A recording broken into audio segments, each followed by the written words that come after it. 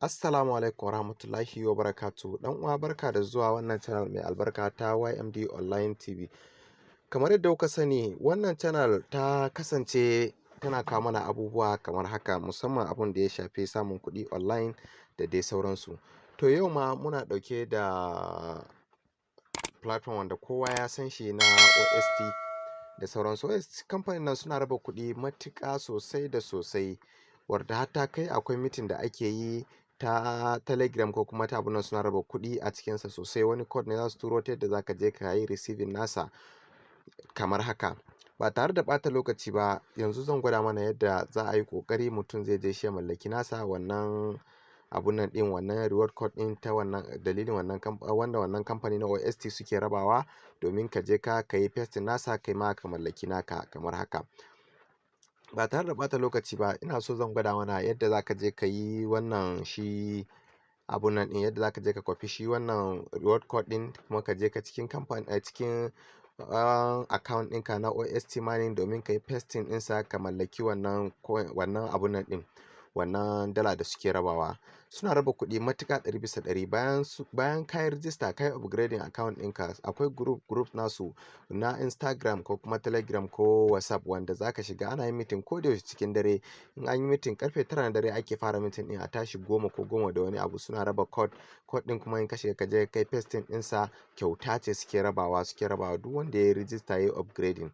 Saboda haka ina jan hankali ga waɗanda ba su yi rijista da OST ba, su yi ƙoƙari su yi rijista da shi. Bayan sun yi rijista, su yi upgrading account ɗinsu domin a ci gaba da cin arzikin nan tare da su.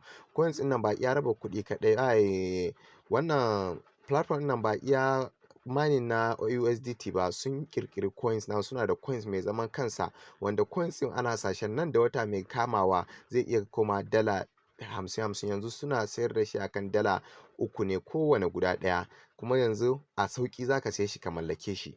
Nan shine gashi nan yadda muka shigo ga kan misalin wannan reward code da suke rabawa din, wanda zaka kwafe shi. Inda ka kwafa ka je ka yi pasting din ba tare da bata lokaci ba. Yanzu gashi zan kwafi wannan, shine gashi na, amma wannan riga an sa, zan gwada ne misali a kansa. Gashi nan yanzu haka yadda ka kwafe shi, idan yadda ka kwafe shi nan, to akwai dots guda uku, kwayan abun nan digo guda uku a gefen hannunka dama, ga su nan dai ka taba to za ka yi kwafi. Idan ka yi kwafi, gashi nan kamar haka, kana kwafi za ka fito ka zo ka yi minimizing kamar haka. Idan ka fito za ka yi minimizing ne, da zarar kai minimizing za ka zo in kai minimizing za ka dawo cikin account ɗinka na OST kamar haka. Gashi nan yanzu na shiga account na OST ne, da in kana shiga account ɗinka na OST za ka zo ka taɓa kan mai. Gashi nan kamar haka. Idan har ka zo ka taɓa kan mai, kana taɓa kan mai, zai buɗe maka asalin dashboard naka na OST kenan. Idan ya buɗe maka dashboard naka na OST, za ka ja sama. Idan ka ja sama ka zo ƙasa, za ka ga an rubuta receive cash. Gashi nan gurin kamar haka nan, kana taɓa kan receive cash. Idan ka taɓa receive cash, akwai box da zai buɗe maka, shine wannan akwati ɗin. Cikin wannan akwatin na ake so ka yi pasting wannan reward code da ka je ka kwafo a WhatsApp ɗin. In a WhatsApp aka yi wannan meeting ɗin, ko kuma a Telegram group ne, to a nan ake so ka zo ka yi pasting nasa. To in dai ya zo nan kamar haka, minimizing za ka yi. Har yanzu za ka minimizing, za ka fita ka koma cikin WhatsApp ɗin ka. Wasu daga nan haka suna fita ne complete gaba ɗaya su, kafin nan su je su shiga cikin WhatsApp ɗin. To hakan ɗin yana ɓata lokaci sosai, amma da haka in za ka yi sauri, za ka iya mallakan abun ɗin. Kun gane? Idan kuma ba za ka yi, in saurin ka bai kai sauri sosai ba, haka ba za ka yi mallaka ba. Shine kamar haka wasu suke yi. Misali yadda aka abun nan, sai tukunna sai a ja shi, mutum ya dawo, sai ya tafi, sai ya dawo cikin WhatsApp ɗinsa. Sai mutum ya tafi, sai ya dawo cikin WhatsApp nasa kamar haka, sai ya kwafo. Idan ya kwafo, yana kwafowa kamar haka. Yanzu zan shiga ne cikin wani group wanda an saka hakan nan. Zan shiga in gwada misali wani sai ya zo nan ya shiga tukunna ya ce zai kwafa, sannan ya sake koma haka. To ba haka bane, wannan duka ɓata lokaci ne. A cikin sauƙi gashi ne yadda yake gurin akwatin nan. To idan dai gurin nan yadda yake kana taɓa minimize kamar haka. In ka duba can haka, akwai ɗigo guda biyu, wanda in ka taɓa su zai raba maka wayanka ne gida biyu, ɗaya sama ɗaya ƙasa. Shine gashi na kamar haka. Yanzu zan taɓa nawa. Idan dai na taɓa shi, zai gwada mun kamar haka. Yana taɓa wayanka, fiskan wayanka ya rabu gida biyu. Kaga sama akwai account na OST, ƙasa kuma akwai WhatsApp group groups da yake da shi. Gashi nan kamar haka. Kaga kenan na buɗe cikin group na, ina cikin group na, kuma ina cikin OST. idan dai ka fahimci abun.